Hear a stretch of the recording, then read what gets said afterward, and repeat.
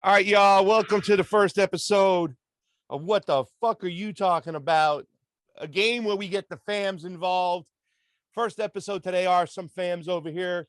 Just so you know, I join in a lot of these guys' discords and talk. So these are people I have a little insight about. I've heard their opinions before. They got some great opinions. But that's the best thing about doing this show is the fact that the Convo Couch, that is that you got some awesome peeps who join on in and get some great opinions. And I try to listen to them even for future shows or future projects and whatnot. So I brought a good group of handsome young men over today, and I'm going to let them introduce themselves one by one, and we'll jump right on into it. Yellow, you start first. Give us your name, what's up, and tell us people where they can find you. I am Jordan from the Yellow Brick Road. I have my own YouTube channel, The Yellow Brick Road. You can type in Yellbro. It's easier to find that way. I also have a Twitter at Yellbro, and what I do is I talk shit. I talk to the audience, and I have fun with it. That is what I do. He does talk a lot of shit. Shadow, let us know about you. Go ahead, buddy. Yeah, I'm fucking, I go by Shadowban Refugee on the handles. My real name's Paulie. I don't got a YouTube channel because I'm in the middle of doing a house remodel, so I don't got shit to do but fucking work on my house. I write Discord chats. I troll the fuck out of super chats and super rays. I have a good old time with everybody. And I'm all about that fucking ascension from beyond this realm that in this fucked up cartoon we live in. we do live in a cartoon, and when you do put up a super ray and I gotta read that, I gotta take a big old deep fucking breath, man. It's awesome, dude. Thank you so much for being here today. Quinn, you maple syrup motherfucker, tell us what's going on over there. Go ahead. I'm Propaganda. You can follow me on Twitch or YouTube. Trying to go to other platforms currently. I do a gaming variety show, kind of political content, where I kind of just try and make things, fun at times and, gaming oriented. Yeah. Well, your Call of Duty game is weak. Just want to put that out there. I was gonna say, and I suck at video games, by the way. So don't come to my show to watch video game play. I play one video game, and I haven't played in a year, but I would love to play NHL. I grabbed the sticks. Once they changed that game, I used to play a little bit Madden back in the day, a lot of Halo, but that shit was addicting. So let's get rolling over here. I'm going to start off. I'm going to do the first thing. This is kind of cool because the name of the show is called What the Fuck Are You Talking About? You guys have so many great opinions or some really, harsh opinions that I wanted to create something where I can bring you on, let you guys talk about how you're feeling and what you're feeling. Pretty much I want to take your Discord channel and I want to put it on the screen for people to see and get to know. Also, for some of the fans, if they want to eventually get a chance to join in because they have something to say and get off their shoulders, I obviously want to include the whole crew, Fee, Johnny, let them do a couple shows and have some fun. And then maybe we'll take the winners of each show and have a big old grand show is what I'm thinking. But it's very simple. All we're going to do is we're going to start off with the person that you want to say, what the fuck are you talking about? You're going to give it a little intro to that, and then we're going to go right around the horn. Whoever's subject it is, whoever's person it is, they're going to be the judge of that score for that round. They're going to allocate points, 3 points to first place, 2 points to second place, or 1 point to third place. And at the end, we'll add up all the scores, and the winner will be there. I'll have the scoreboard right here. You can see we got Yellow Bro, Shadow, Quinn, and Pasta. And if I lose, I'm jumping off the Golden Gate Bridge behind me. So let's get started, y'all. I'm excited. Here we go. All right. So my what the fuck are you talking about is going out to Nina Turner, right? All right. So the other day, she put up a tweet saying, I am proud to receive the backing of Congressman Ted Lieu, a leader who has tirelessly stood up for bold change, fighting LGBTQ and equality and climate justice and universal health care. I look forward to joining him in Congress to fight for our democracy and strengthening our party. Well, that's what I'm fucking worried about, is the fact that, that she's going around telling people, oh, I'm going to be a Democrat for the people, not a Democrat for the party. Like, I've never seen that happen. So all I got to say is, Nina, what the fuck are you talking about? Go ahead, Yellow. You start off first and give us 2 minutes about your opinion about Nina Turner getting that endorsement from Ted Lieu. Well, when I look at these people that portray the image of being a well-meaning person, like, I'm here to change things. I'm here to change the world. I'm here to take the party over. I'm here to get rid of the corruption. I never see them go for that corruption part, which is what? The people around them, the people they're entering office, and they're going to be standing next to these people. The Nancy Pelosi's, the Chuck Schumers, the Joe Bidens. We already know about the Republicans. So how do you expect to change things if every step you take forward, there's someone dragging you backwards? Like literally, and they're supposed to be your colleagues. They're supposed to be your friends. And when you start placating towards them and giving them credit and saying, oh, thank you, Ted Lieu. Thank you, Mr. Russiagate. Thank you, Orange Man Bad. Thank you, thank you, thank you. You are giving them credence, which allows them to stay around, and you're not getting rid of the corruption. Point blank. You're not going to get anything done if the corruption's still there. Mm-hmm. That's my take. Shadow. Yo, to anyone that says fucking anything about this fucking, we're gonna go to the Democratic Party and we're gonna take it over for the people because that's what we're gonna do because there's no other viable option forward because we gotta vie for power. I say, prove it. Prove it, Holmes. Because I got fucking proof to the contrary, right? I fucking phone banged for Bernie Sanders and AOC. I'm in fucking New Mexico, Holmes. Like, I don't fucking live in New York, and I phone banged for fucking AOC. I fucking donated both those campaigns like it was going out of fucking style because I believed in their fucking message. Then what the fuck happened, yo? Like, I fucking see AOC over there fucking giving the fucking money that she was donated to these fucking people that are the fucking actual fucking problem, right? And then, and every single fucking campaign promise that she was talking about out the motherfucking window, yo. Like, I'm done with this fucking idea that you're gonna go in and you're gonna fucking make friends and be part of this fucking massive convoluted fucking party structure to fucking change it from the inside. That is, if you can prove it to me that that's possible, and before you say FDR and all that bullshit, I don't want to fucking hear it, because if you look at, before FDR's fucking body was cold and fucking dead, the fucking entire fucking legislative body went balls deep in the fucking working class, starting with Taft-Hartley, okay? So don't give me that shit. Don't be fucking stupid. You can't fucking prove to me that the fucking Democratic Party can be taken over, or the Democratic Party is a viable option forward for people like us down here. That's my take. Shadow, this game was made for you, baby. You know what I'm saying? Quinn, give me some maple syrup and make it sweet. Go ahead, big guy. Word. So old Lou is, like Jordan said, a Russiagator. He's a xenophobe against China.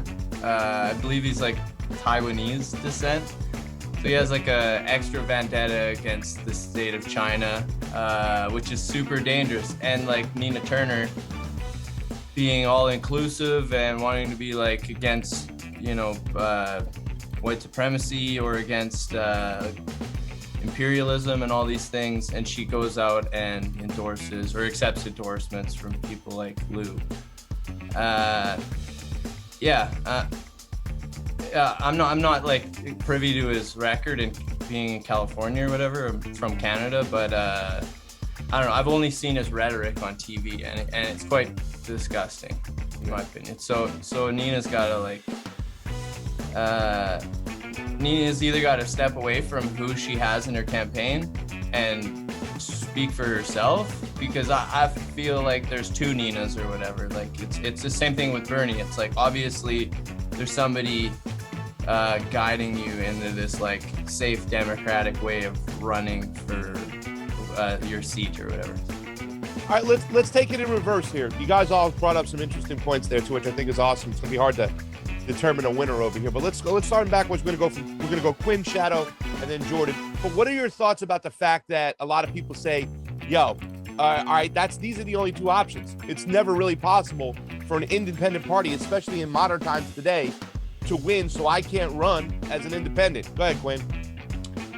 Yeah, I personally think that elections are one day. It doesn't take that much time to look at somebody's platform and vote on it. I think that the majority of the time that we should be focusing on is non-violent direct action. Like right now, people are like chaining themselves to heavy equipment to stop like pipelines, other stuff like that.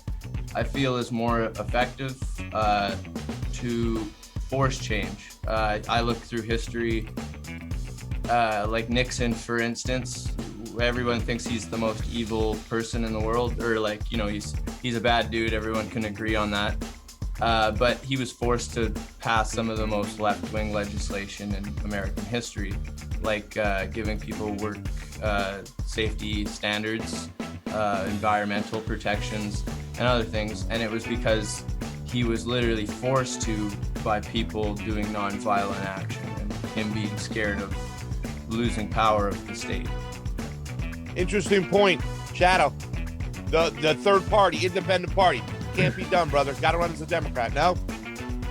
Okay, so if that's the fucking case, yo, I have a child, and if I have a choice between a murdering child rapist and another murdering child rapist, I'm not gonna fucking go out if those are my only two fucking options for fucking babysitting.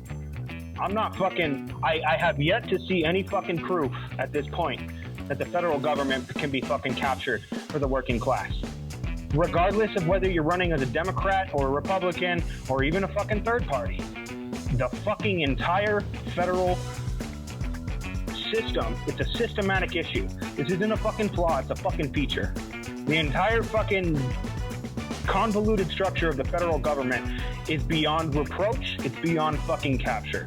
If you want to work on in electoral politics on your local level, I believe in that. If you want to work in local state level politics, I believe less in that, because the same fucking party structure bullshit that goes on.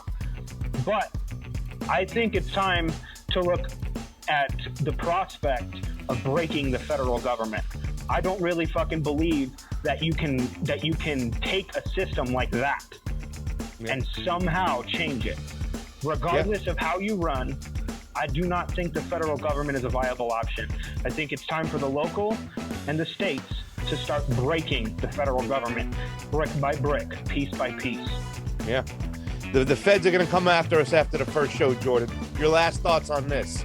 I love that, Shadow, by the way. Yeah, it's, you know, I mean, I wish Nina would have ran for city council. We see how much Shama Sawant does with the city fucking council seat and how the big dogs are still going after him. But Jordan, independent party, can't do it, man. Can't be done. Got to run as a Democrat. Your final thoughts? I understand people having that notion, trying to think practically, right?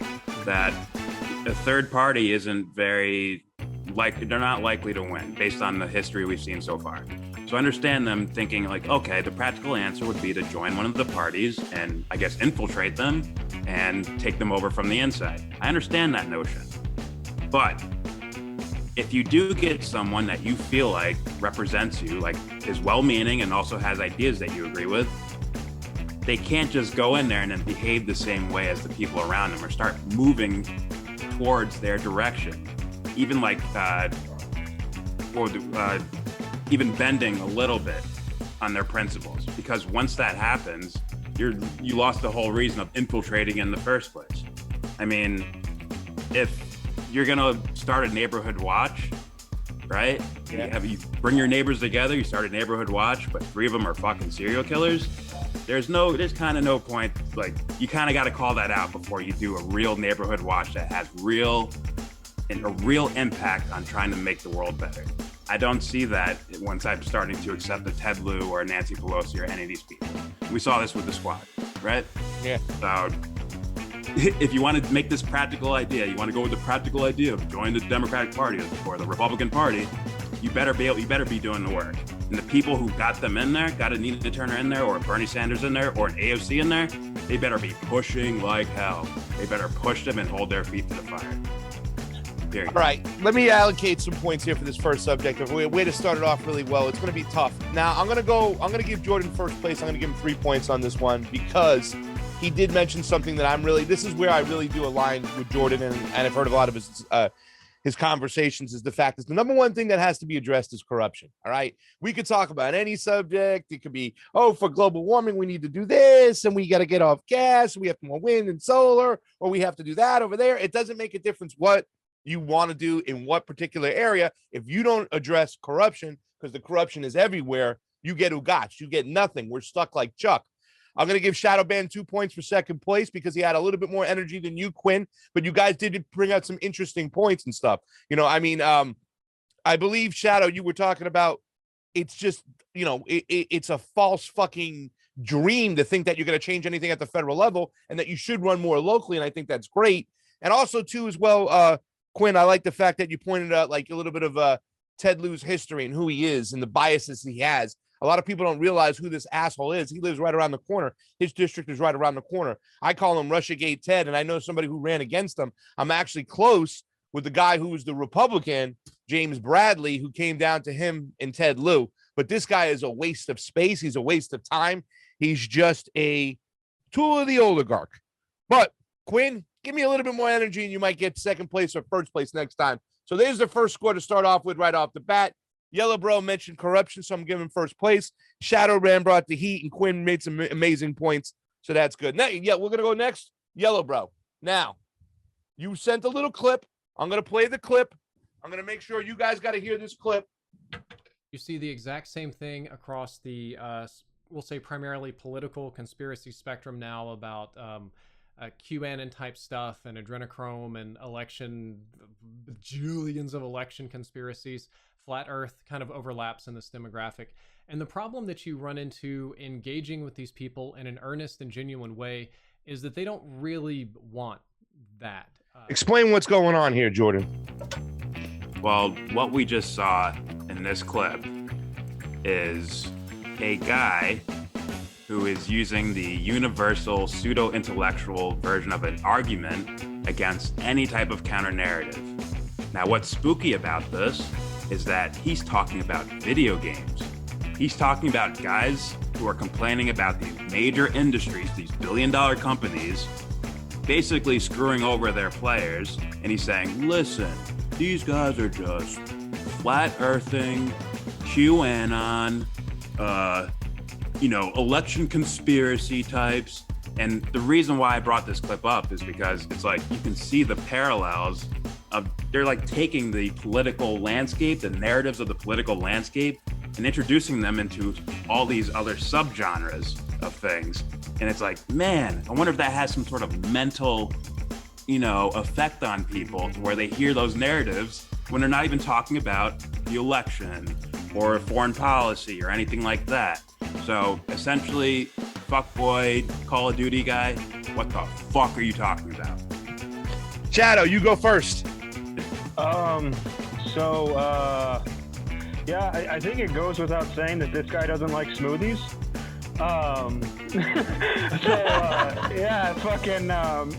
Dude, this fucking dude misses it entirely. This whole idea of fucking maintain this narrative, this established narrative and fucking acceptable means of discourse shit it's out the goddamn window now. There's too many people that are disgruntled. There's too many people that can connect the dots for themselves without somebody feeding them a line of bullshit like that. Of course, the federal government and the fucking state governments and the international governments are fucking us. Duh. But to say that fucking private corporations aren't doing the same fucking thing, it's fucking retarded, dude. Like it proved to me that these claims are false then. Because if somebody comes at you with a claim that these massive international corporations are fucking the consumers, and they bring proof, then the burden of proof now transfers on to the person that's trying to fucking debunk it, so to speak. And just saying that, oh my God, you're just a fucking conspiracy theorist. I mean, like, for once upon a time, like, it used to be said that oh my God, you're just a fucking conspiracy theorist. When people in the Vietnam War were saying, yo, this fucking war is for bullshit. Nobody attacked us in the Gulf of Tonkin, and then the Pentagon Papers got released, and guess what? What's the actual fucking difference between a conspiracy theory and fucking breaking news? A few months, no? That's my fucking thing. Yeah. Quinn, get that maple syrup, baby. All right. So that kind of freaked me out because I play video games and I'm in the video game realm to debunk this kind of propaganda and stuff. For instance, Call of Duty has donated $200+ million. The Pentagon has donated $200+ million to Blizzard and Activision to Call of Duty to help develop the game for obviously war propaganda and stuff like that. There's a video game I've played called Path Out. It's about a boy from Syria that plays video games and he wants to leave Syria and he ends up like leaving, like like smuggling himself out of Syria, and he goes to Rojava or whatever, the northern Marxist like stronghold. Rojava, yeah. And the whole video game is like propaganda, and it's quite easy to prove, and people will kind of just like dismiss it as conspiracy theory. I work with people that watch TYT, and I can't even talk to them about politics because like anything I talk about seems to be conspiracy theory to them. Like for instance, in Canada, there's like all these children being exposed or being like dug up in like schoolyards, and the government's being exposed for like killing Native Americans, and they kind of like don't see the connection with our military and imperialism and like say like the Nazi regime or like China or Russia, and they like will hate on Russia and China with like crazy vigor. And then when these things happen in Canada, they kind of explain them away, and they never like see it for what it really is. And we're in like the belly of the beast, like being in the Nazi Empire. And it reminds me of like how people would explain away like atrocities against Jewish people or like gays and stuff like that. It's pretty messed up. Like we're living in a weird time where people are like clearly propagandized, and you can see it play out. Like when we're paying attention to the news, we are, and then you go talk to normal people, you can just see the propaganda oozing out of them. Yeah. I'm going to take a stab at this too as well. I think everybody on this panel over here, right, they understand power. I mean, that's the difference between us here and the regular plebs we talk to that don't pay attention or follow politics on an everyday basis. Like we understand power. And I also think about 1984. And at the end of 1984, I think it was complete by the elites or the predator class, which was to turn people against each other. Shout out to Winston. What's that? Shout out to Winston. Shout out to Winston. I think that you know, when I see behavior like this in any realm, whether it be a video game place, and this guy's got like 175,000 views on this one video over here and stuff, so it's not like nobody's not watching him, he's getting watched. It really makes me saddened, and it makes me think that the elites or the predator class, or whatever you want to call them, their plan is coming into complete form, because now they're using this rhetoric. Well, if you think this way, you're going to be just lumped. I'm going to put you in a box. You're now a QAnon conspiracy person. You're this and yada, yada, yada. You think elections were fake. You know what I'm saying? And it seems like, you know, if in fact, you know, and obviously I do the show and my show because I want to talk to people with different opinions and get different thoughts from all around the spectrum, because I want to avoid a civil war. You know what I'm saying? It seems like there's a civil war coming based upon ideology. And language like this kind of scares me right now, because no matter what you say, they're now using the QAnon thing to lessen the blow from what the predator class is actually doing. Oh, you're saying this and that. That's just QAnon conspiracy. You know, it's like their game is almost fucking complete. You know, because they took that QAnon shit, they dropped some truth, but then they dropped some outlandish shit out there. So the outlandish shit seems to get lumped in with the real shit that happens, the shit that, like, you know, Shadow Band, you talk about, like, you know, the kids just gone missing on the reservation and shit like that, and the pedophilia that's all around. We talk about New Mexico and shit. So, I mean, this shit right here is scary. It's tribal fucking behavior. We deal with it all the time. We get called QAnoners, but it looks like it's not lessening up to the public, and they're going to keep on regurgitating this rhetoric, and then they're going to just pick sides. It's all about team sports, team A, team B. What happened to fucking independent thought? So your thoughts and opinions on it, Yellow Bro, and then maybe we can do a little close up on it. All right, so give us the meat and potatoes of what you were thinking. Well, I'm thinking several things. Mainly is this parallel, this reflective type of thing that happens to where you can, because I like to focus on psychology, you can kind of get someone to fall into, like you're saying, a team mentality before they even reach the stage of politics. They're already on the video game level. They're already looking at, like, if you're saying something that they think is weird, or that their favorite creator is like, hey, that's crazy, that's weird, that's QAnon, that's flat Earth. all of a sudden, once you start, maybe you get older and you enter the political realm and you hear those same type of words being used for whatever, the Convo Couch, the QAnon guys. Oh, slow news day. They're a bunch of election deniers or whatever crap they say, right? Now they already have the rhetoric in mind and they might react a certain way based on that very early on in their age, in their 14-year-old, 15-year-old mind that, oh, when you hear these words, that means they're crazy. That means you don't believe them. You just walk away from them and you follow your favorite content creator, which I guess would be Rachel Maddow, possibly, or even a TYT or something like that. But there is, in my mind, there is a light to look at here, because there's people on the other side in this discussion, in the video game realm, that are looking at the major multinational corporation, the billion-dollar corporation, the pseudo-intellectual talking points. They're seeing that as well, and they're already standing against that narrative, which means when they start entering the realm of politics, they're already looking at, when they hear the idea of, hey, you're just calling someone a flat earther without explaining anything behind it. Hey, what about these guys? Let's go look at the guys that they're calling flat earthers, because I was called that when I was younger. So there is a bright side to it. That's my last thing. We'll do a minute wrap up of each person, final thoughts, and then you can allocate some points. It's kind of funny too as well, because I like the fact that you put up the point of psychology, right? Because psychology is deep on us. Whoever's controlling this fucking place right now, they got the psychology plan in play. They got the people turned against each other like 1984. And I really think it's all about, we have to start having nuanced conversations. This kind of language sometimes to me can seem very anti-intellectual. Like you said, before you even get to the crux of things, you immediately go, oh, I know this guy. You know what I'm saying? They're QAnoners or they're whatnot, stuff like that. I mean, there's so many people that were in the bubble that, I'm like, oh, I talk about, go check out Yellow, bro. And they see Jordan, they're like, oh my God, like, where's this guy at? He's nothing to where I thought he would be. He's like, all over the place with his opinions, and he can think for himself. But that's the problem. You know what I'm saying? People don't think for them fucking selves. They got people thinking for them, and they got them regurgitating and throwing out the fucking labels. And this is all to make sure that we don't have deep conversations about what the fuck's going on, right? That's what it's about. It's just about keeping everything surface level. Don't go deep enough to find out what's really going on, who's really pulling the strings, who's really calling out shit. Just make sure that we have the psychology where Team A is going to call Team B that, and Team B is going to call Team A that.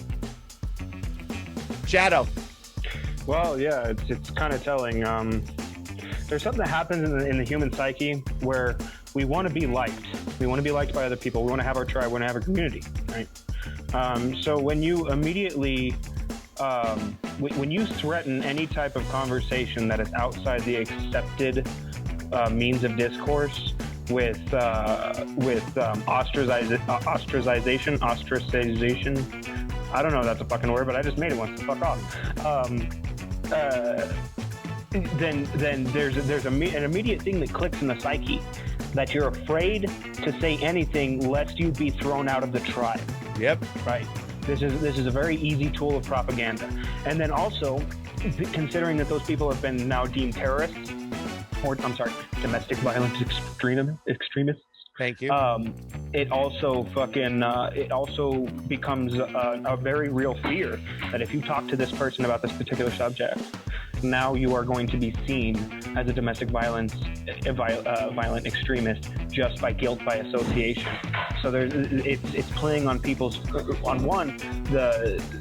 the psyche of people, basically killing people with the love, as John Coffey once said, and on the other hand, it's playing on people's fear that they're quite literally afraid for their fucking safety in their lives if they're seen having a conversation with anyone that could be considered a domestic violence extremist, which is anybody. Yeah. At this point. In 1984 in the flesh. Quinn, wrap it up. Yeah. A lot of these ideas I think are being disseminated by say the CIA or other private intelligence agencies, the whole extremist narrative and stuff is put out there to, I feel, to take away our rights.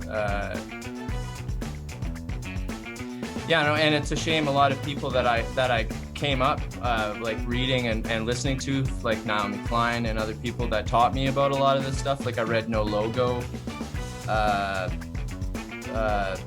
The Shock Doctor and stuff like that. Like it teaches you about how you can be manipulated, or how rich people can use their wealth to like exploit, you know, like dire times. And I feel that like it's riper than ever for those moments, and it's going on every day. In the video game realm especially, like majority of kids these days are watching video games. And I think that the whole Bernie Sanders and Barack Obama era, seeing the power of social media, made these people realize that they really have to have a presence there and disseminate that kind of information and push that narrative. Yeah, it's a lot like 1984 or Brave New World. There's so many similarities of today to that. The vaccine stuff, for instance, like there's a lot of things with that you can, that are out in the media. Even the media is fine with covering it, but people are still stuck in the past with thinking about how they were programmed to think, you know, months ago. Like the lab leak theory and many other things. There's people that just will not entertain those ideas, even though there's scientific community talking about it. There's reporters like exposing facts on it. Fauci's emails, nobody wants to read that stuff. And I think that's because the information is being disseminated on their phones. People get all their information on their phones, their cell phones, and it takes like, you know, technologies like Vault 7 to implement information in everybody's like feed or whatever, news feed. Jordan, allocate some points, baby, and give us a last thought about what we said and what we talked about. All right. Yeah, you put me on the spot here. I like what all three of you said. Pasta and Shadow lean more towards where my mindset was at, but I've played that game that Quinn's talking about, the Syrian kid. They sell all these Syrian narratives, and they have prop. They had like a picture of Bashar al-Assad inside the kid's house. Oh, in that video game. That I played. Yeah. They at the start of the video game, it talks about how their janitor that works for the building is so scary, and then this little bastard breaks into the janitor's apartment, and then there's a Bashar al-Assad picture on the wall, and it's like, oh my god, Bashar al-Assad, this guy is so evil. But it's like, motherfucker, you just broke into this guy's fucking apartment.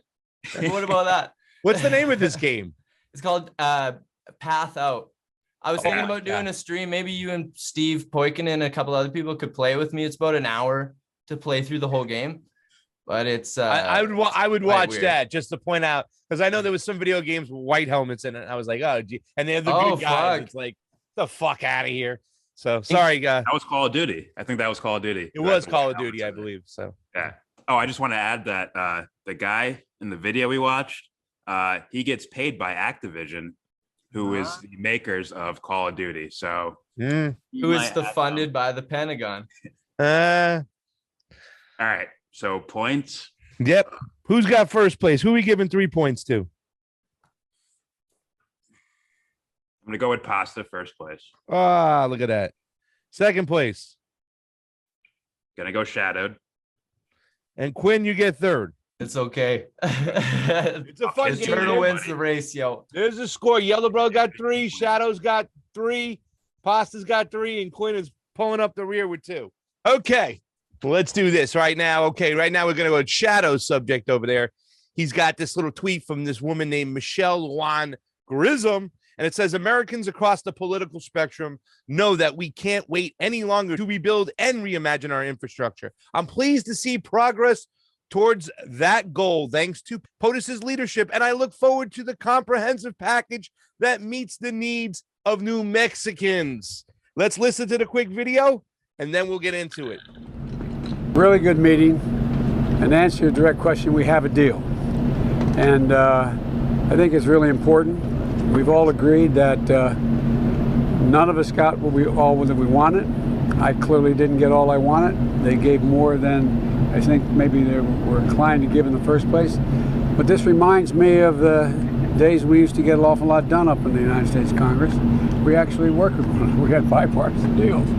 Bipartisan deals means compromise. One of the things that I've made clear, I've signed on, and I'm going to let them give you the detail and you can ask them, and I will talk to you all later, next hour or two, but I promise you I'm not going away. But one of the things that we agreed on infrastructure, we made serious compromises on both ends.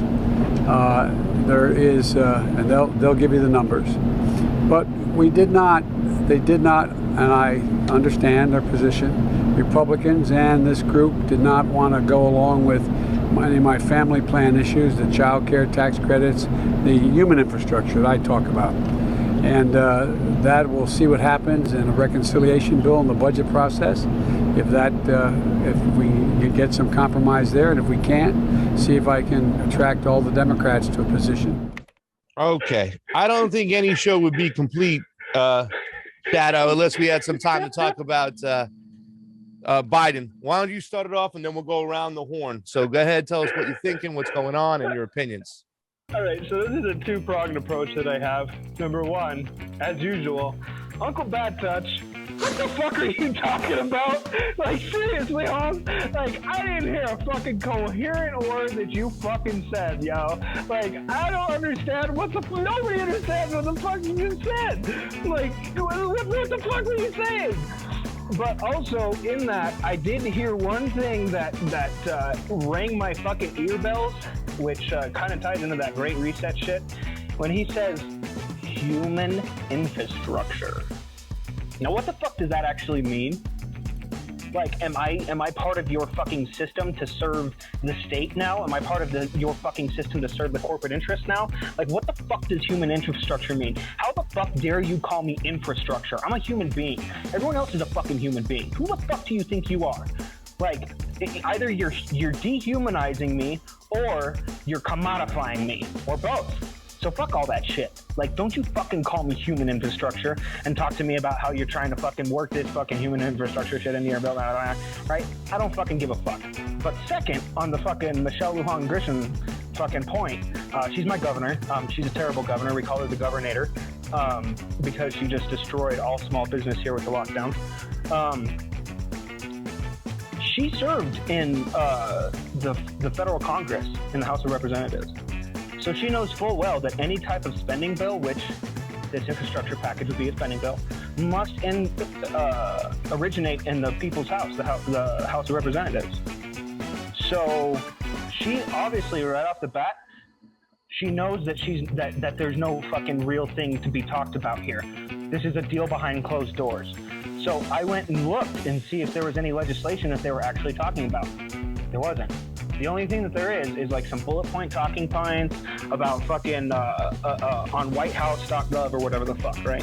It's the talking point salad. We've heard of word salads before, like Uncle Bad Touch just fucking showed us, but it's just word talking point salad from top to bottom. There's no specifics.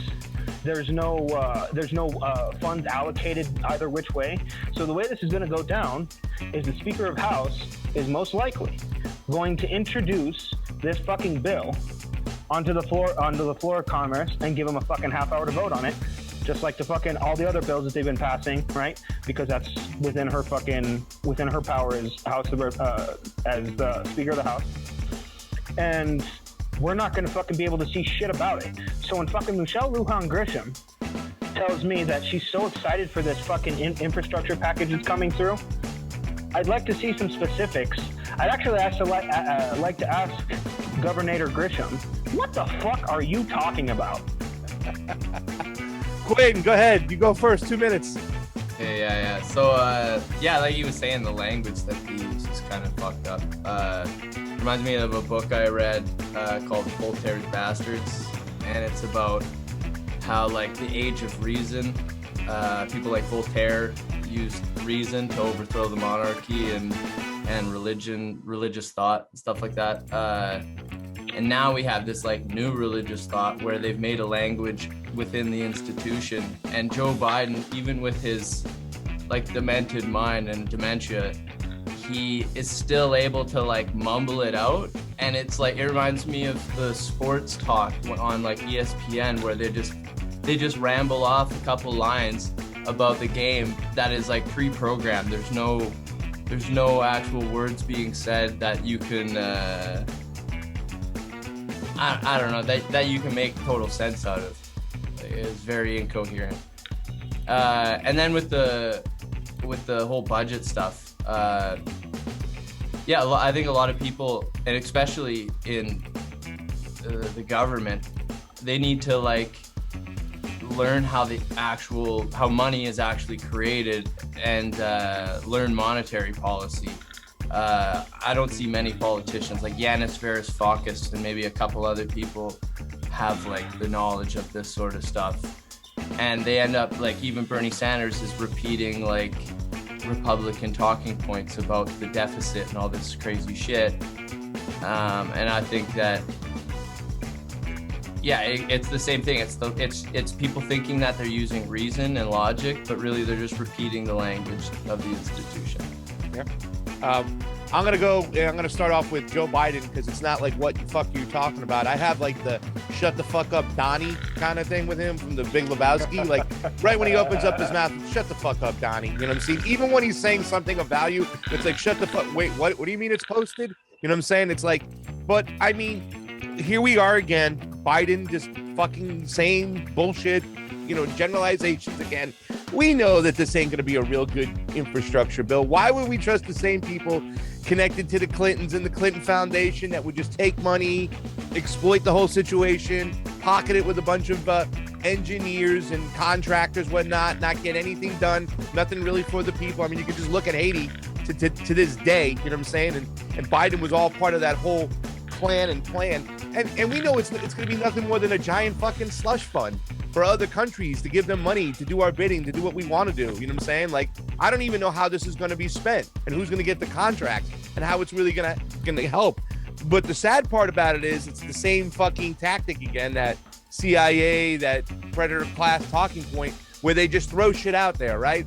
Just on the surface. Oh, did you hear that Biden's going to have a spending package for infrastructure? Biden's bringing us infrastructure. Trump didn't do that. We're getting infrastructure, yay. In fact, that could be a fucking bumper sticker. You know what I'm saying?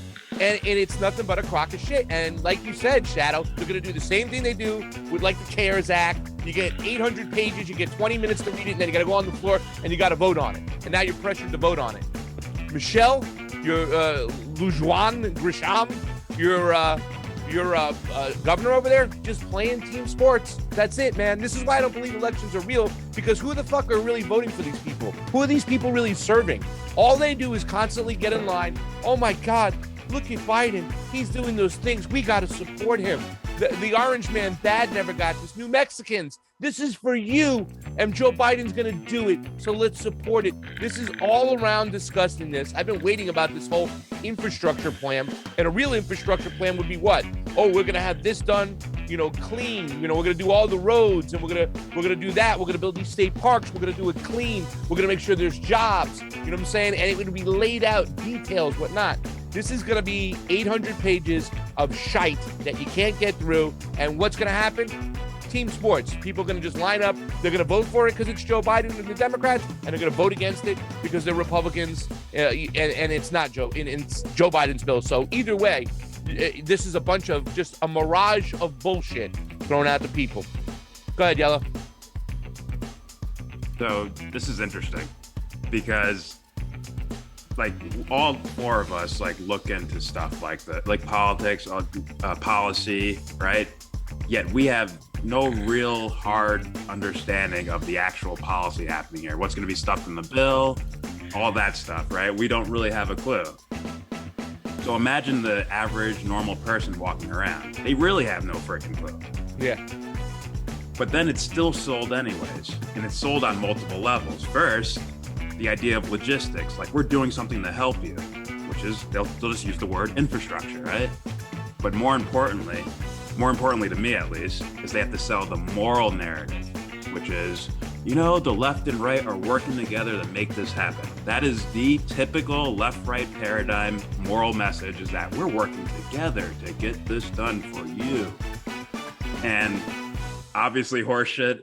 It's not a moral message. It's just based on the conditioning that they already laid out years, decades, maybe even longer. They've laid this out already, and now they can just pivot to it anytime they want to portray something as being good. It's a guarantee. You can't lose. It is guaranteed good because both sides agree on it. War in Syria, we all agree it must be good. Hey, the Democrats wouldn't agree with that because they hate the Republicans. They hate those guys. The Republicans wouldn't agree with the Democrats because they hate those guys. So if they both agree on this, it must be the right answer. That is the narrative sold over and over and over again.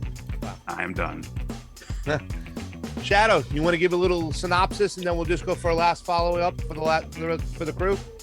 Yeah, so I obviously I'm sporting my yellow vest. I do government projects a lot. So I have a deep understanding of how government funds are allocated. I know how the fucking palms get greased. I know what the pork is. So when I see bills that haven't been fucking written yet or have not entered the fucking the record of Congress yet, and I hear that somebody's already reached a deal on it, I grab my fucking wallet real fucking quick, because the things that are being discussed on this, like the new broadband fucking highways and all that shit, there is the fact that there's no specifics. I can guarantee you that, because they're talking about bringing it to fucking rural, and it also ties into the Great Reset, because there was a lot of fucking talk about how distance learning wasn't able to happen during the fucking pandemic and lockdowns because there wasn't broadband fucking reaching the rural areas and blah blah blah blah blah blah blah, right? When I see a $456 half $1 trillion fucking bill, proposal, it's not a bill yet. Yeah. I can't fucking find the fucking bill. I grab my wallet because I know goddamn well that there's going to be some fucking heavy fucking pork in that. And considering I'm in the IBW and that's going to be our work, I know the contractors are going to get fucking greased by that, you know? Like this whole idea that you can just come to an agreement without having anything written in stone. It's almost like the Oslo Accords, right? It's just, yeah, we made a tentative agreement and there's nothing written down, but we're gonna follow the agreement. Yeah. It's all fucking horseshit. It's all fucking kabuki theater. I wish people would. And here's the other thing, is that when this bill actually arrives on the floor of fucking Congress, the narrative has already been fucking pushed that it's already done. The deal is done. Everyone that this infrastructure package has already been fucking signed by the president. It's happening. So when it goes out to fucking Congress and it gets fucking voted down because of the fucking pork that's in it, the narrative is going to then turn, you hate the infrastructure. We've got the infrastructure crumbling. We get a D plus. It's all horseshit. Like, again, no fucking. I propose a vote of no confidence in our federal government. Yeah. Like, we're gonna finish this up a minute each. Jordan, you go first, and then Shadow, you after Quinn goes, we'll issue some points. Jordan, you want to finish up? So yeah, to me, once again, the most important thing here is the thing I focus on most, which is psychology and the little games being played, and even the basic, social games that are played when you see in the criminal world, right? As far as like, I have a laundromat here. In order to hide money I do over here, I propose this bill here, and like Shadow was saying, it's filled with pork or whatever. There's all this extra money that's going into these other places that the majority of people have no idea where that's actually going. They're not actually looking at that. All they're looking at is their roads and their bridges. Even if that, like, sometimes people don't even pay attention to that. And yeah, it becomes easy to do if the population is not paying attention to this psychological game these politicians play against them. And I think that's the most important thing to pay attention to here. Yeah. And it's my turn, so I'm going to finish up. And that's something I'm going to continue to talk with you about, Jordan, because that's something I love about you. We talk about the psychology, right? Because a lot of people are going, oh, this is the same old type of shit that's going on in politics and stuff. I don't believe it's that. I believe a lot of people are waking up. You just look at Joe Biden's likes and dislikes on his YouTube videos. I mean, there's so many more dislikes right nowadays than there are likes, to the point where YouTube thought about removing that shit because people are catching on to some of the psychology and see what's going on. But Shadow, I want you to pay attention to when this bill comes out, because I want to bring you on the Convo Couch to talk about this infrastructure bill, because here's what I think. I don't think it's going to be shot down. I think it's going to be passed. And I think you're going to see a lot of people jockeying for money in positions for this, what this is, a fucking giant slush fund to get a hold of it. And the people are going to suffer no matter what, because they're not going to get real infrastructure. They're not going to get real jobs. It's going to go into the pocket of contractors. So this is something to pay attention to. But yes, the psychology. And I think that, like you said, Jordan, they just paid attention to the surface level. Oh, it was supposed to be done. We put our differences aside for the people, and we work together to bring you an infrastructure bill. You can make a sticker that says infrastructure yay, and a fucking bunch of people will put it on their goddamn car, not even knowing what's on the fucking bill and not even knowing what's coming. Go ahead, Quinn. Maple syrup it up. Word. So, yeah, I just think of when people talk about like infrastructure bills or spending and stuff, I just think of like the fucking Pentagon having trillions of dollars in unaccounted spending. And what it really takes for something to be like people have an illusion about money that it's something other than the government just giving you tokens. It's like going to like a video game place and you're getting tokens. It's the labor and the resources that are actually important, and a lot of people forget about the environment in this, like in these bills. Like there should be a serious debate about what kind of infrastructure we're building, because a lot of the infrastructure we build hurts us in the long run, and what's the point in doing something for the short term that will end up killing us in the long run? It's like smoking cigarettes or something, or doing drugs. Like, it's a short-term benefit and a long-term cost. Yeah, I think every country has these problems. Nobody's really nobody's addressing the environment and looking at infrastructure as growing with the planet.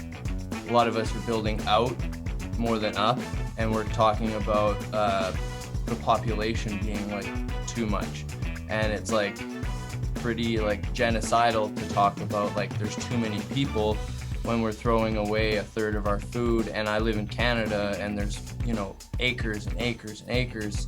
I've seen a statistic, you can fit all of the human population in the largest part of the Grand Canyon from wall to wall to the top. They would not fit, you know, like that just gives you an idea of how much room the world has or whatever, and we're just like misusing it. So I have a hard time keeping up with these like kind of bills, and I try to just advocate for like that kind of stuff, because I pretty much see everything in those bills as trash, you know, like every piece of legislation going out for the most part, like you were saying, is full of unknown things to the public when it's got a fancy name like the CARES Act or whatever.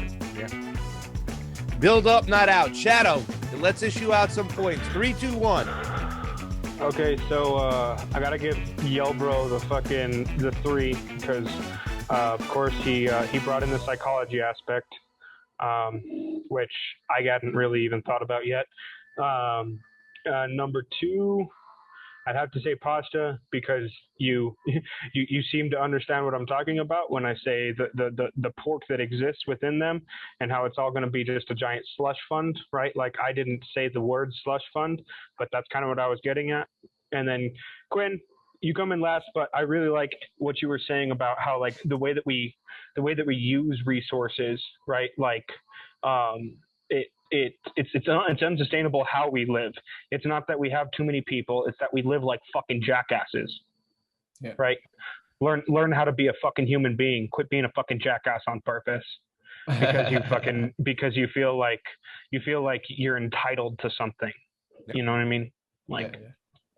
I love it. Build up, not out. So there are the points right now for the last, before we get to the last round. We got Pasta with 5, Quinn with 3, Shadow with 4, and Yellow Bro in the lead with 6. We're going to Quinn's subject right now. And, Hold me back. Hold me back. Quinn. Glory's going to have to calm down for this one. I know she's going to say stuff. Glory, you got to stay calm for this one now. We got to go. Well, listen, this is going to believe the what the fuck are you talking about? It's Jackson Hinkle. What the fuck are you talking about? But I think this could open up a great, this can be good conversation. Conversation about talking about like independent media, whatnot and stuff, because, you know, I saw Jackson at the Palestinian March. I don't agree with a lot of what he says. I still consider him a friend when I see him. You know, obviously our crew had shows and we have different opinions, but this is the tweet. Jackson Hinkle said, Donald Rumsfeld's just died. Quinn, give us an into it, and then we'll start right off, and I will go first. Shadow Ben will be third, and Jordan, you'll be in the middle. So we'll start that off after you set us off, Quinn. Go right ahead. Tell us what you're talking about, what you're thinking. Okay, so it's not just exactly attacking Hinkle or whatever, kind of attacking people on Twitter. So he said Donald Rumsfeld died with a celebratory emoji or whatever. Yeah. So he's celebrating the death of someone, and even Donald Rumsfeld being a war criminal, terrible dude. I don't think that personally we should be, thinking about death in that way. And it's like, to me, it's like a death march and a death cult in a way. And also like the way people are on Twitter, that it's like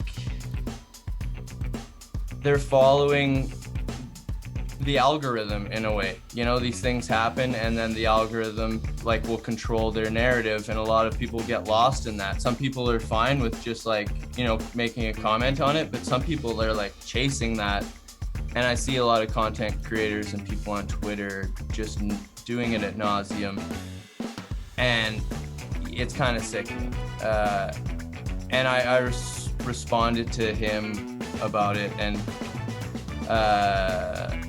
I won't go further about what I responded. If anyone wants to see what I responded, go to that tweet. All right, well, I'm going to start this off. Do you have anything else, Quinn, or can I start off? No, that's about it. That's listen, I'm going to, we talk about, Donald Rumsfeld just died with the celebratory emoji, whatever you call that shit, stuff like that. I often think about this. A lot of things changed for me when Rashard Mendenhall, you might not know that name, but he was a running back for the Pittsburgh Steelers. He got a lot of shit when a lot of people were out there celebrating the death of Osama bin Laden. And it really made me think, you know what I'm saying? And I think about why people do these things, right? Once again, it's kind of like a form of pandering, right? Oh, you want to show everybody, look, I'm an anti-war person. Donald Rumsfeld just died. Yay! You know what I'm saying? I mean, I think there was even a tweet out there, and I might have even shared it, or I think I definitely liked it, which was like the Grim Reaper playing like that game and trying to pick up people, was trying to go for like one of those little, you know, those games with the fucking crane, you pick it up and it. Yeah, totally. Margaret Kimberly had one where it was, the Grim Reaper playing it, and it was trying to go after Henry Kissinger, but instead got Don Rumsfeld, and it was like, okay. And I think I even liked it and shared it myself, stuff, because, I have no love for Donald Rumsfeld and what he's done. The guy is responsible for killing millions of people. However, I do think that the fact that people start celebrating these deaths is very concerning. It's still a person dying. We shouldn't be celebrating death that way, despite the person for what he's done. I mean, you got the pictures of Donald Rumsfeld with Saddam Hussein, his arm over his thing with their friends. And then years later, when he's working for W, they're going in to fucking set the whole place on fire. And I feel so sorry. And my heart bleeds for what happened to the people of Iraq, and all these people who've been displaced and murdered and maimed, and all the women who've been raped and killed and stuff. But I'm with you too as well, Quinn, where I think we have to find a way. That doesn't mean you have to say something positive about the guy. You can just remain silent. You know what I'm saying? This is something I probably Tulsi with, once again, she got a lot of shit for giving love to people who not everybody agreed with. What's his name? Big boy. George Bush. No. When he died, Rush Limbaugh, right? She got a lot of shit. Why are you sending love to Rush Limbaugh, that hate monger and stuff like that? But it just says a lot the way we are as a society. You know what I'm saying? The fact that we're starting to celebrate these deaths, regardless of what these warmongers did. You know, I mean, I even saw Caitlin Johnson make a thing about like, will John McCain just fucking go ahead and die already? You know what I'm saying? It is a slippery slope. I don't hold anything against these people for saying these things about these warmongers who have engineered death. However, yes, I'm kind of there in that same camp as that. We shouldn't be celebrating death. We don't have to necessarily praise the person, but we don't have to also praise their death. So, yeah. Yellow. All right, so I'm basically going to be echoing you guys on this. I agree with you. Not only, like, I understand Donald Rumsfeld and what he's done in the world, and I understand why forget about the people pandering to their favorite content creator or whatever. Forget about that. I mean, people who really like, yes, he's dead. Yeah, like who really mean it. I can understand why they feel that way because of the terrible things Rumsfeld has done. But at the same time, if you want to walk in this realm and claim to be a good person, you have to be caring about everything you say, do, think, feel. That's what makes the good guys different than the bad guys. The bad guys don't give a shit when they shoot a fucking kid in the face. They don't care. They don't have that feeling of guilt. It's what they're bad guys. They do that. The good guys are supposed to be concerned about everything they do, every action they take. So even something to where they're celebrating the death of whoever, it's like they should be thinking about like, okay, who's going to read this tweet? Who's going to be pandering to this tweet because they like me so much? These things have to be considered if you want to walk in this realm and call yourself the good guy. Because cheering on death, in my opinion, is just a reflection of what the bad guys do, not what the good guys do. Yeah. That's just my opinion. Shadow. That's it.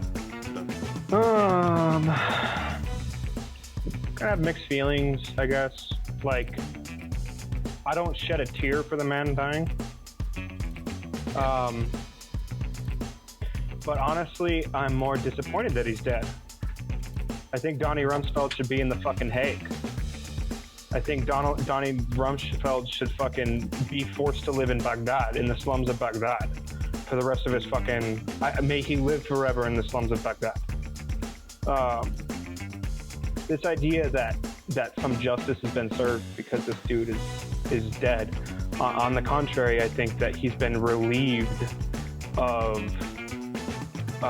the justice that should have been served at the International Criminal Court, or at the very least at the fucking in the courts of Iraq. So rather than expending our energy on yippity skippity, this motherfucker that should have been in the Hague for the past fucking 30 years because of the first Iraq, because of the crimes that he committed as Secretary of State. Maybe we should be fucking expending our energy on putting Tony fucking Blinken in the fucking Hague, or Hillary fucking Clinton in the fucking Hague, or John fucking Kerry in the fucking Hague. They need to answer for their fucking crimes. I don't want them to fucking die before they fucking face justice. I think that living life in prison and is a far worse punishment than death. I think death is far preferable to life in prison. I spent a lot of time locked up myself. I've never done like a prison term, but I spent a lot of time in county, and that is a punishment. And I would like to see current secretaries of state go to the fucking Hague, like Donnie Rumsfeld should have. He should have died in the fucking Hague, or been given some fucking weird fucking experimental fucking gene therapy drugs to keep him alive forever in the Hague or in the fucking slums of Baghdad. I'm pissed that these people don't face fucking justice, and we cheer when they die, which is not fair. They shouldn't have the right to die. My personal opinion. Quinn, give a little synopsis, and then we'll do a little 1 minute for each person to wrap it up, and then you can allocate some points. Yeah, they're terrible people out there, but I feel like when you start like speaking like them, it's a slippery slope to like who's next, or who could be confused to be that kind of thing. Like Muammar Gaddafi comes to mind, like being like maimed and stuff like that. I don't know, Bertrand Russell has a quote where he says like love is wise and hatred is foolish. I kind of feel that people need to explore, and especially in the activist community and online commentators and stuff, explore ethics and morality. And there's like, lots of philosophers that have written on it. And there's people talking about it today. Like Gabor Mate is somebody I'm reading right now, and I like a lot of his takes on morality and stuff. He has within his books lots of like references to other people talking about morality or linking it to science and stuff like that. So yeah, I just want people to just examine their language and like not be so sadistic and like get down into it, like Satanism and shit like that. Shadow, wrap it up. Yeah, maybe I still have a twisted view of crime and punishment. Maybe I should get more up on my Dostoevsky, but yeah, like I do my best to avoid taking action in vengeance rather than injustice, because in vengeance all things are justified. We saw the failures of the French Revolution, of course. Eventually the guillotines turned on everyone, right? We saw the failures in the Soviet Union when everyone was considered a fucking counter-revolutionary for daring to speak out against the state, and was therefore vengeance was taken out on them, right? There was no, when the concept of justice is lost, I think we lose our sense of humanity, or what binds us together as humans. And so maybe we as the human race need to more examine what we consider justice to be, rather than just like yippity skippity somebody's fucking dead. Like, I still stand by the fact that I would like to see people like him or Elliot Abrams, right, spend the eternity in the slums of the places they terrorized to experience what they did. Yeah. So, You know, I'm up, so I'm going to wrap it up real quick, and then I'll hand it over to Yellow. But yeah, you know, it's kind of funny because I think that in this particular discussion, some of what we said has affected you, and what you just said, Shadow, the first time around really affected me. Because, you know, I often say, like, what's the solution to all these problems right now? Like, what are we going to do to battle corruption and get shit straight? And the only answer I can come up with is I'm hoping that an alien gives me Superman powers for 24 hours and I can rid the planet of all the predator class within 24 hours. I got to hurry, even with Superman powers. But the whole thing is I always joke around like I want to do shit Mussolini style to these people, because I want people to see and I want people to understand that these predator class people have inflicted so much death and destruction on people that they need to have it done to themselves so it won't be done again, right? So I'm somewhere stuck in the middle where I try not to go and praise death when it happens, because it is the thing that separates the good guys and the bad guys, right? How we act, how we respond to these things. But at the same time, I do have a little bit of Shadow's ideology where these people need to suffer in the pain and destruction they inflicted on others. They need a taste of that themselves. So I am stuck somewhere in the middle between all this mumbo jumbo. Go ahead, Yellow. Okay, so I understand where you, Pasta, and Shadow, where you guys were going with that in regards like something like, prison time or, life in prison or whatever like that. I understand why you feel that way, but I disagree with it, because my first statements on this topic, I've messed up and I said the words bad people. I don't actually believe in the idea that someone's just a bad person. I don't believe that. What I would look at these guys the predator classes you call them, I call them creepers on my own show. I look at them as mentally ill. like severely mentally ill.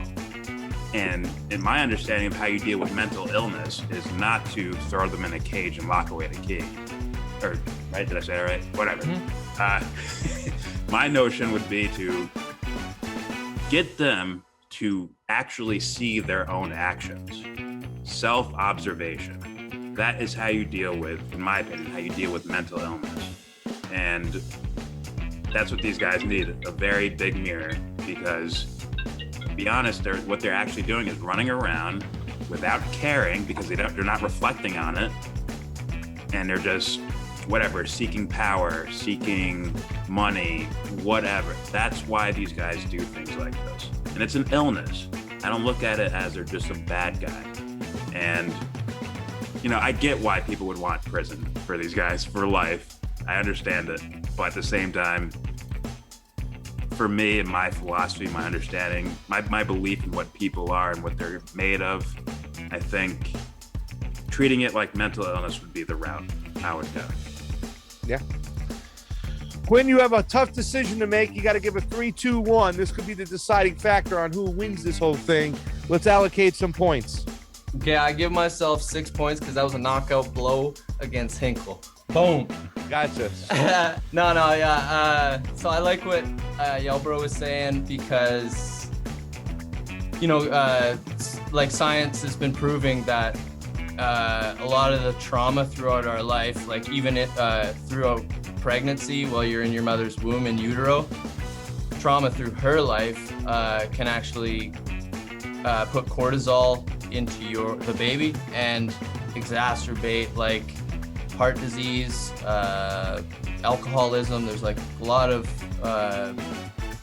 things that can happen due to that. So I feel that, yeah, like Rumsfeld dies, there's another Rumsfeld around the corner. There's like a school of Rumsfelds, school of Kissingers, school, like they're everywhere. So I think I'll give all the points to Yelbro. And all of them? Thanks. Yeah, all mine. You got 3. Who's got second? He gets 3. Yeah, I give pass to second because not only it's your house, I gotta respect you. You semi-agreed with us, so you were on the fence. And goddamn, Shadowban refugee, you were wrong. So you get the least points. But I still love you. What the fuck are you guys talking about, guys? That's it right there. That wraps it up. The winner today is Yelbro. Jordan, you win. You get the last 60 seconds to play us on out. Just give us a thought about what's going on, and we will conclude the show. I'm going to make sure that I stay in touch with you all. Shadow, when the bill does come out, make sure you pay attention to it. We'll have you back on to talk about it. Or if you want to talk about some more New Mexico shit, there's a lot of things to go on. Prop, I have your digs. We can talk anytime. We also just did a show recently with Franco. And Jordan, I've been wanting to get on camera with you, and I'm very honored and happy today. And this is a game that's going to be hard for you to lose, really. When next time you play this, you're going to be the odds-on favorite. You're going to be like the Tampa Bay Lightning in the NHL Cup. So go ahead, give us 60 seconds. Let's wrap it up. Your thoughts, anything you want to talk about. The floor is yours for 60 seconds, and then we'll get on out of here. As the winner, you can see that all the narratives that I laid out, there's a common thread throughout. They're all different topics, but there's a common thread. Psychology, philosophy, morality, and your mind. How does your mind work? This is why I focus on this on my channel, The Yellow Brick Road. That's why I focus on this, because I think that is the common thread in regards to problems and the solutions to the problems. If we help people mentally get better, maybe they can focus more on the events happening in the world. Or a politician that does crappy things in the world, maybe they learn like, hey, maybe I should feel guilty about this and change my ways. So there it is, kids. Psychology, morality, philosophy. Study it. I think that's it, man. I love that.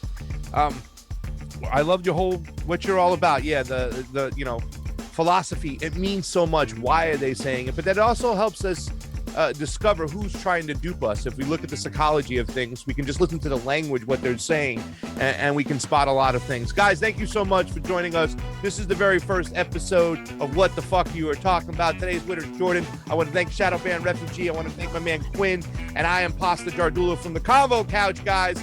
We'll see you soon. Thank you very much, everybody. Convo out. Orale! Word.